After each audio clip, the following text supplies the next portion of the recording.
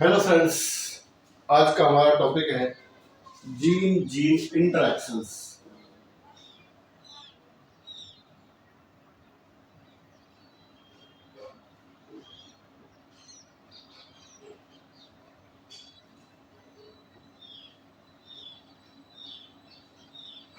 Gene gene interactions, ये gene gene interactions दो प्रकार के होते हैं।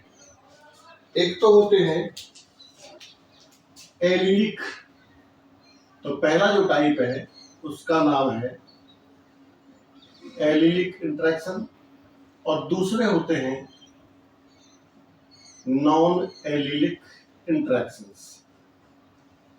दो प्रकार के हैं। तो एलिलिक इंटरेक्शंस क्या होते हैं और नॉन एलिलिक इंटरेक्शंस क्या होते हैं। अब अगर हम देखें तो एलिलिक इंटरेक्शंस को हम पढ़ चुके हैं। देखो, जैसे ये क्रोमोसोम है, ये सेंट्रोमियर है, ये समझो दूसरा क्रोमोसोम है, ये इसका सेंट्रोमियर है।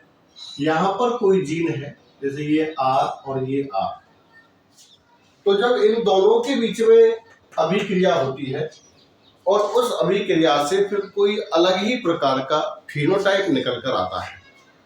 देखो, जैसे हमने देखा था 4 o'clock जो पादप है उसमें जो पुष्प का रंग है वो लाल है और लाल डोमिनेंट है। सफेद जो पुष्प है, व्हाइट फ्लावर जो है वो रिसेसिव यानी कि अप्रभावी है। इस आर के कारण ये आर दबा रहेगा मेंडल के नियम के अनुसार।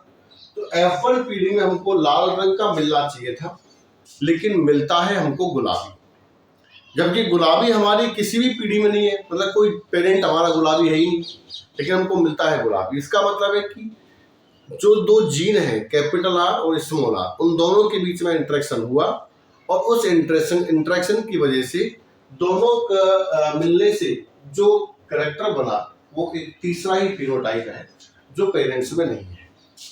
ठीक है, और ये मेंडल के नियम के अपवाद हैं, जिनकी डेविएशन फ्रॉम मेंडल्स लॉ। तो ये हम 3 पढ़ चुके हैं। एक तो हमने पढ़ा था सहप्रभाविता, एक पढ़ा था इनकम्प्लीट डोमिनेंस और एक पढ़ा था हमने लीथल जीन। तो ये चूंकि एक ही लोकस पर उपस्थित जो दो जीन के बीच में हो रहा है, इसलिए इसको हम कहते हैं एलिलिक इंटरेक्शन। एलिलिक, ये है एलिलिक। अब अगर हम बात करते हैं नॉन एलिलिक की, तो वो क्या है। देखो, जैसे ये एक क्रोमोसोम है, ये दूसरा क्रोमोसोम है, इसमें 2 जीन उपस्थित हैं। मान लीजिए इस जगह पर है कैपिटल वाई और स्मॉल वाई, और यहाँ पर है कैपिटल आर और स्मॉल आर। अगर इन दोनों के बीच में इंटरेक्शन होता है या इन दोनों के बीच में इंटरेक्शन होता है तो उसको हम कहते हैं एलिलिक। सेम लोकस पर यानी कि सेम जगह पर उपस्थित 2 जीन के मध्य इंटरेक्शन। लेकिन इंटरेक्शन जब इसके और इसके बीच में हो या इसके और इसके बीच में हो तो उसको हम कहते हैं नॉन एलिलिक, अयुग्म विकल्पी। नॉन एलिलिक यानी कि हम ये कहें कि 2 अलग अलग लोकस पर उपस्थित जीन्स के मध्य अंतःक्रिया या इंटरेक्शन होने से एक अलग ही फिनोटाइप बनता है। तो यहां पर कुछ एग्जांपल्स हैं।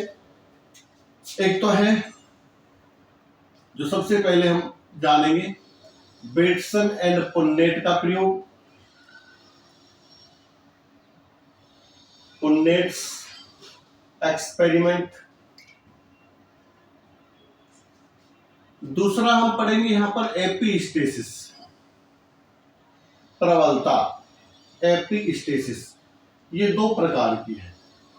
एक है डोमिनेंट यानी कि प्रभावी प्रबलता, और एक है रिसेसिव यानी कि अप्रभावी प्रबलता। दोनों प्रकार की प्रबलता के बारे में हम यहाँ पर जानेंगे। तीसरा है कंप्लीमेंट्री जीन एक्शन।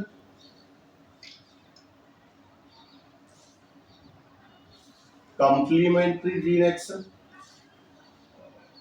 एक ये पढ़ेंगे। एक पढ़ेंगे हम duplicate gene.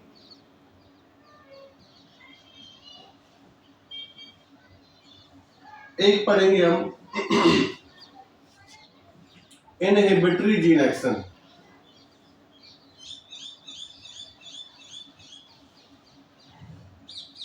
Inhibitory gene action.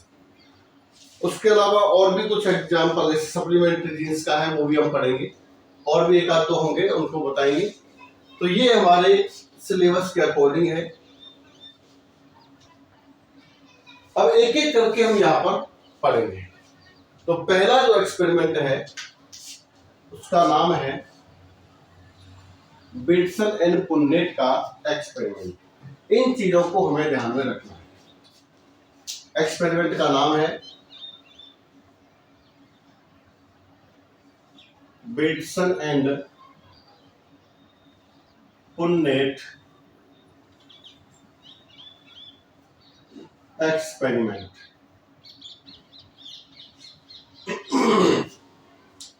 देखिए, मुर्गे होते हैं, मुर्गे, तो मुर्गों में सिर के ऊपर एक कलंगी पाई जाती है, कॉम्ब। तो उस जो कॉम्ब है वो 4 प्रकार की देखी जाती है। एक तो होती है रोज, एक होती है पी यानी कि मटर टाइप, एक होती है वालनट अखरोट, और एक होती है सिंगल। तो ये 4 प्रकार की कलंगी मुर्गों में देखी जाती है। यानी जो अलग अलग ब्रीड्स होते हैं उनमें मोस्टली 4 प्रकार की कलंगी देखी जाती है।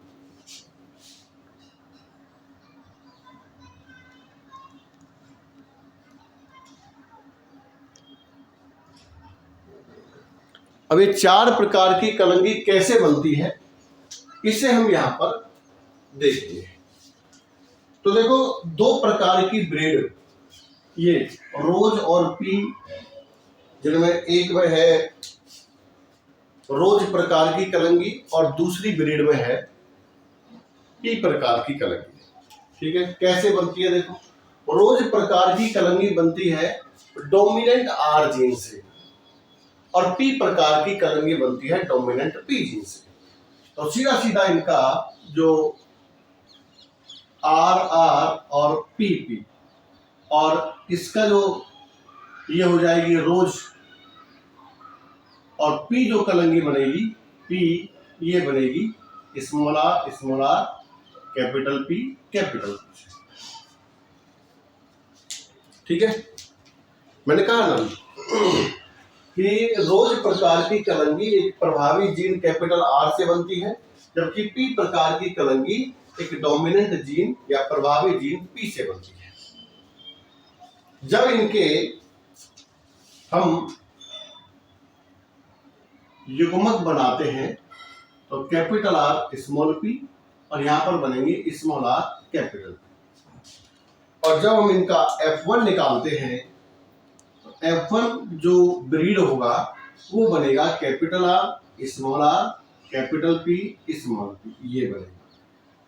देखो, अब यहां थोड़ा सा समझने की कोशिश। देखो, यह हम कह रहे हैं भाई इस जगह पर या कहीं भी देख लीजिए, जैसे यहां है ये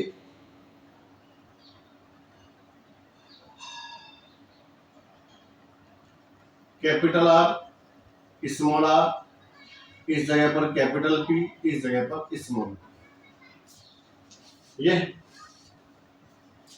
जबकि कैपिटल आर के साथ है स्मॉल पी, और यहां लगा देते हैं हम कैपिटल पी। ठीक है, यहां पर अगर हम देखेंगे तो 2 जो हमारे एलील हैं तो वो इस तरह से है capital R small P small P. यहां हम देखेंगे तो ये 2 हमारे क्रोमोसोम पर 2 एलील इस तरह स्मॉल आर कैपिटल पी और कैपिटल पी, ऐसे। ठीक है, एक आधा इधर से आया, एक आधा इधर से आया। अब देखो कि अगर मान लो इंटरेक्शन होता इसके और इसके बीच में,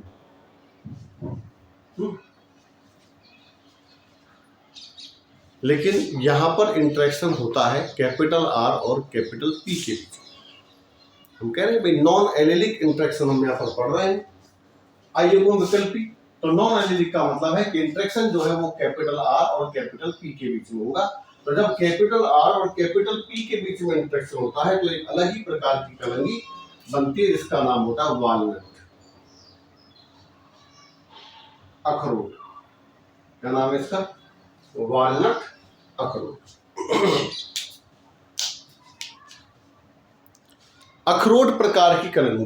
देखिए हमारे पास केवल पेरेंट्स में रोज थी और पी थी, लेकिन जब F1 बनी, ये F1 है, तो F1 जब बनी तो F1 के अंदर हमने देखा एक अलग ही प्रकार की कलंगी बनती है जिसका नाम होता है वॉलनट।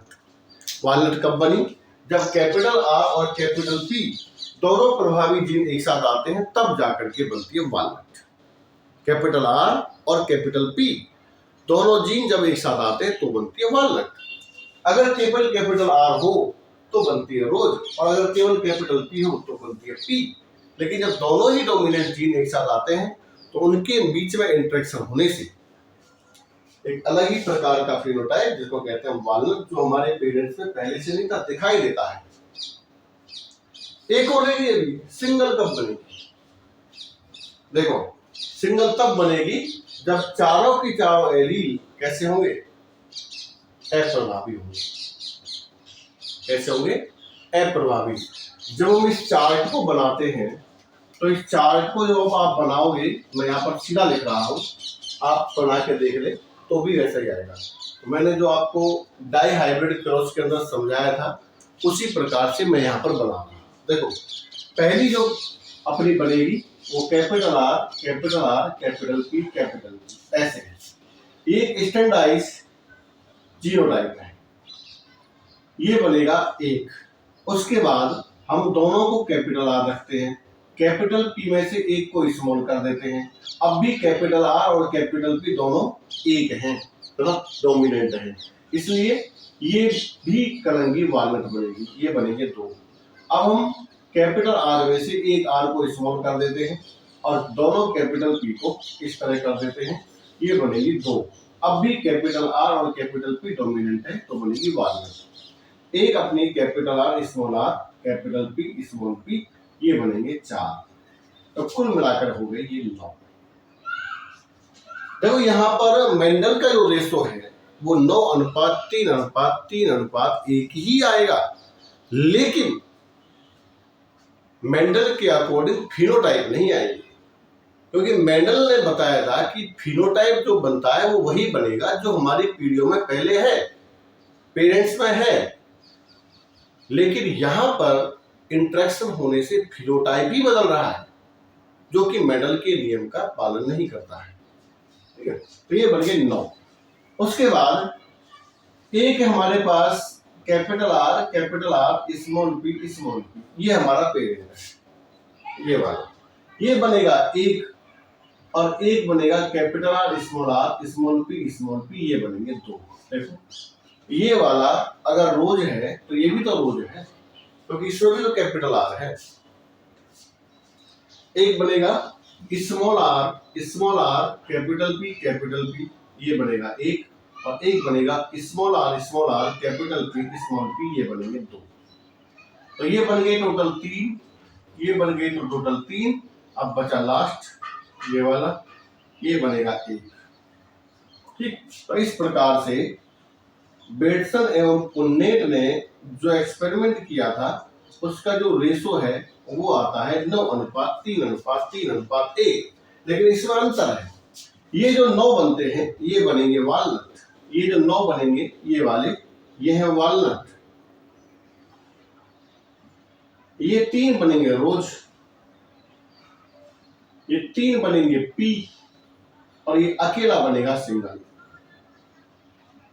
तो इस एक्सपेरिमेंट से ये क्लियर होता है कि दो अलग अलग लोकस पर उपस्थित जीन के मध्य अंतःक्रिया होने से फिनोटाइप बदल जाता है, चाहे भले रेशो समान रहे। तो यहाँ पर रेशो समान है, 9:3:3:1 है, लेकिन फिनोटाइप बदल रहा है। देखो दो प्रकार की कलंगी जो हमारे पेरेंट्स में पहले थे ही नहीं, वो यहाँ पर अपीयर होती है। तो ये है बेटसन एंड पुन्नेट का एक्सपेरिमेंट जो कि उन्होंने मुर्गों में किया था। तो ऐसी ब्रीड जिनके अंदर रोज प्रकार की कलंगी होती है, एक ऐसी ब्रीड जिसमें पी प्रकार की कलंगी होती है। रोज प्रकार की कलंगी बनती है कैपिटल R से, पी प्रकार की कलंगी बनती है कैपिटल पी से। जब इन दोनों के बीच में क्रॉस करवाया जाता है तो एक नई प्रकार की कलंगी वॉलनट का निर्माण होता है, क्योंकि यहाँ पर अब दोनों डोमिनेंट जीन एक साथ आ रहे हैं, कैपिटल पी और कैपिटल आर।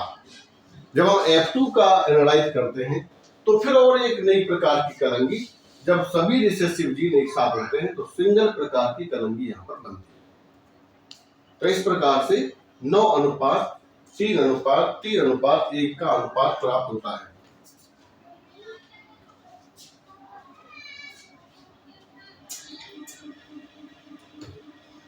नेक्स्ट अपना जो टॉपिक है वो है एपिस्टेसिस, जिसे हिंदी में कहते हैं हम प्रबलता। एपिस्टेसिस या प्रबलता।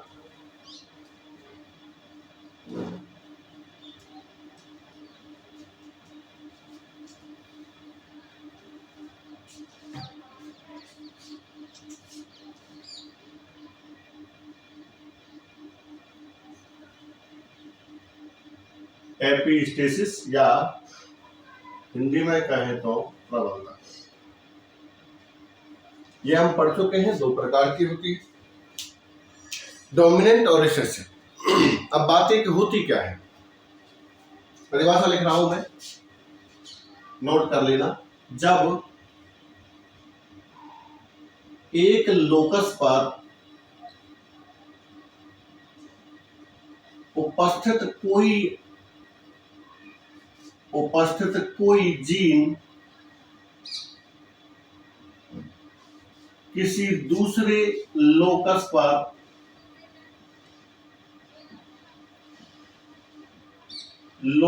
पर उपस्थित जीन के प्रभाव को दबा देता है तो इसे एपिस्टेसिस या प्रबलता कहते हैं। तथा अब देखो यहां पर ये है कि दो जीन है, एक जीन जो दूसरे जीन के प्रभाव को दबाएगा उसे हम कहते हैं प्रबल जीन।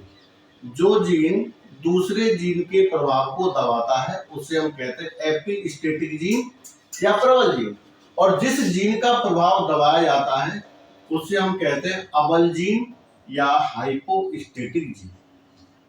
ठीक है, इनकी जैसे मान लो एक ए जीन है, एक बी जीन है। अगर ए जीन है, एक बी जीन है, अगर ए जीन बी के प्रभाव को दबाता है तो ये हो गया एपिस्टेसिस। अब अगर ए दबा रहा है तो ए हो जाएगा प्रबल जीन और बी हो जाएगा अबल जीन। तो ये हम यहाँ पर दो प्रकार की पढ़ते हैं। देखो, जब एक लोकस पर उपस्थित कोई जीन किसी दूसरे लोकस पर उपस्थित जीन के प्रभाव को दबा देता है, मास्क कर देता है, ठीक है, तो इसे एपिस्टेसिस कहते हैं। When a gene present on one locus masks the effect of second locus, this is called epistasis. That gene which masks the effect called epistatic gene, and second gene is hypostatic gene और अबल gene, इसे हम कहते हैं अबल gene. इसको दो type से हम पढ़ते हैं। पहला टाइप है डोमिनेंट, हम यहाँ पर पढ़ेंगे डोमिनेंट या प्रभावी एपिस्टेसिस। Dominant epistasis.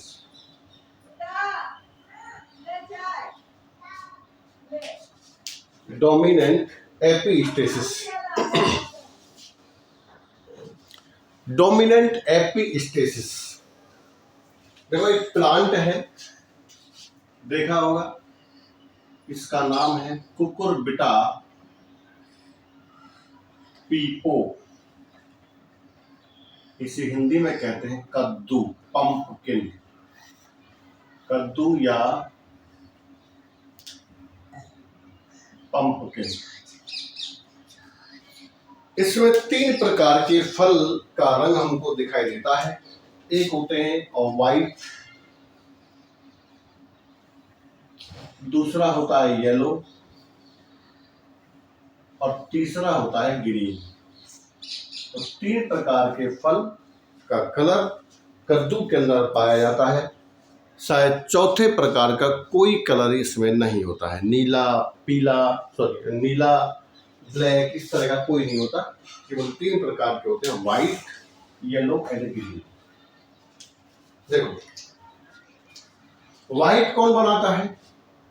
एक capital W gene, capital W gene capital Y के साथ जब होता है तो ये व्हाइट प्रकार के कद्दू बनाता है, ठीक है। और एक दूसरा gene small W, small Y, ये बनाता है ग्रीन। तो ये हो जाएंगे व्हाइट और ये होंगे ग्रीन। अब यहां देख लीजिए, व्हाइट जो बनाता है ये बनाएगा कैपिटल डब्ल्यू, येलो जो बनाएगा ये बनाएगा कैपिटल वाई, और ग्रीन जो बनाएगा वो बनाएंगे दोनों, स्मॉल डब्ल्यू और स्मॉल वाई। याद रखिए, डोमिनेंट एपिस्टीसिस क्या है कि जब प्रबलता किसी प्रभावी जीन की वजह से हो, यानी कि जब कोई प्रभावी जीन किसी दूसरे जीन के प्रभाव को रोकती है। तो देखो यहां पर कैपिटल वाई बनाती है येलो कलर, कैपिटल डब्ल्यू बना रही है व्हाइट कलर। इसका मतलब है कि capital W capital Y gene के प्रभाव को रोकता है, दबाता है, ठीक है। तो कैपिटल वाई जीन ये वाई जीन ये तो हो गई अबल जीन, अबल, और जो कैपिटल डब्ल्यू है ये हो गई प्रबल जीन, ये प्रबल जीन। कैपिटल डब्ल्यू इसके प्रभाव को रोकती है, इसका मतलब है कैपिटल डब्ल्यू हो गई प्रबल जीन और इस कैपिटल वाई हो गई यहाँ पर अबल जीन। अब कैपिटल डब्ल्यू कैपिटल वाई को अपना प्रभाव अर्थात पीले रंग के जो फल हैं उनको बनाने से रोक देता है। अब होगा ये, आगे हम बढ़े तो कैपिटल डब्ल्यू और कैपिटल वाई, यहां से आगे चलें तो स्मॉल डब्ल्यू और स्मॉल वाई।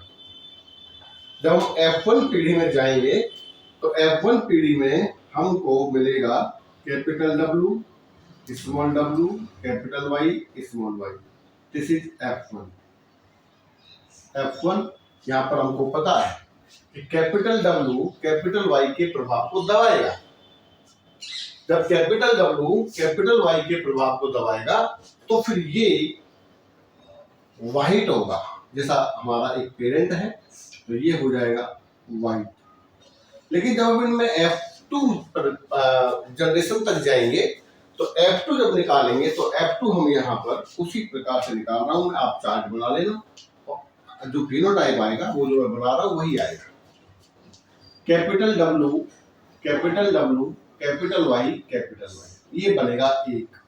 अब ये कैसा बनेगा? कैपिटल डब्ल्यू कैपिटल वाई है, व्हाइट बनेगा क्योंकि कैपिटल डब्ल्यू कैपिटल वाई के प्रभाव को रोकेगा। दूसरा है capital W capital Y small Y, ये बनेंगे दो। ये भी कैपिटल डब्ल्यू ये कैपिटल वाई, व्हाइट बनेगा। Capital W small W capital Y ये दो बनेंगे। अब भी कैपिटल डब्ल्यू और कैपिटल वाई, यानी कि जिन भी प्लांट्स में कैपिटल डब्ल्यू और कैपिटल वाई होगा वो सब सफेद होंगे। उसके बाद capital W small W capital Y small Y, ये बनेंगे 4, तो ये हो गए 9, ठीक है। तो ये बन गए व्हाइट। उसके बाद एक फिनोटाइप बनेगा कैपिटल डब्ल्यू स्मॉल वाई। यहां थोड़ा दिक्कत है कि यहां समझ में नहीं आएगा क्या बनेगा। देखो, स्मॉल वाई बनाता है ग्रीन, ठीक है। कैपिटल वाई इसके प्रभाव को रोक के बनाता है व्हाइट। अब जब इसका ग्रीन बनता है तो वही इसका प्रभाव दिखेगा क्योंकि डोमिनेंट तो ये है और डोमिनेंट ये है तो क्या बनाता है व्हाइट। इसका मतलब है ये भी कैसे बनेंगे? व्हाइट बनेंगे और ये बनेगा अकेला। उसके बाद कैपिटल W, स्मॉल वाई ये बनेंगे 2, तो ये बन गए 3 टोटल। ये सब बनेंगे व्हाइट, ये 9 और ये 3, ये सब कैसे बनेंगे, ये सब बनेंगे व्हाइट। कैपिटल W और कैपिटल W कैपिटल। उसके बाद हम चले तो स्मॉल w, कैपिटल Y, ये बनेगा अकेला। ये कैसा बनेगा, देखो यहाँ पर कैपिटल W जब प्रभावी था, हम पढ़ रहे डोमिनेंट एपिस्टेसिस, जब कैपिटल W प्रभावी था तो ये कैपिटल Y के प्रभाव को रोक रहा था। लेकिन अब हो गया ये स्मॉल यानी कि अप्रभावी। जब अप्रभावी है तो अब ये कैपिटल Y के प्रभाव को नहीं रोक पाएगा, और ये जो कलर अपना बनाने वाला है येलो, यहाँ पर येलो बनेगा। तो small w capital Y, small y, ये 3, ये जो सॉरी ये 2, तो ये कुल मिलाकर के जो 3 प्लांट होंगे ये बनेंगे येलो, क्योंकि यहाँ पर स्मॉल w है, और जब स्मॉल w प्रभावी हो गया तो अब ये कैपिटल Y के प्रभाव को बिल्कुल भी नहीं रोक पाएगा, और जब नहीं रोक पाएगा तो इंटरेक्शन की वजह से येलो कलर उत्पन्न होगा। और उसके बाद लास्ट बचा स्मॉल w, स्मॉल y, ये है अकेला, और ये बनेगा ग्रीन। ठीक, क्या बनेगा, ये ग्रीन। तो इसका मतलब है हमारा जो रेशो है वो देखो, रेशो आना चाहिए था 9:3:1 मेंडल के नियम के अनुसार, लेकिन जो रेशो एक्चुअल में आता है फिनोटाइप का वो आता है 9 और 3 12 तो हो गए हमारे व्हाइट। देखो ये capital W capital Y, capital W वाला मैंने बताया था ये सब व्हाइट बनेंगे। ठीक है, तो 12 अनुपात येलो कितने बने 3 और व्हाइट कितना बना 1, तो 12 बनेंगे हमारे यहाँ पर व्हाइट, ये व्हाइट है, 3 बनेंगे येलो और 1 बनेगा यहाँ पर ग्रीन। तो इस प्रकार से मेंडल का जो रेशो है डोमिनेंट एपिस्टेसिस में, ये मेंडल का रेशो 9:3:1 के स्थान पर 12:3:1 का प्राप्त होता है। अर्थात ये एक्सपेरिमेंट भी मेंडल के रेशो या मेंडल के नियम का पालन नहीं करता है। तो आज हमने जाना जीन इंटरेक्शन और इसके 2 एक्सपेरिमेंट, बेटसन एंड पुन्नेट का, और दूसरा है डोमिनेंट एपिस्टेसिस। नेक्स्ट वीडियो में फिर मिलते हैं। अगर आपको वीडियो अच्छा लगे तो लाइक कीजिए, कमेंट कीजिए, शेयर कीजिए, सब्सक्राइब कीजिए। Thank you very much.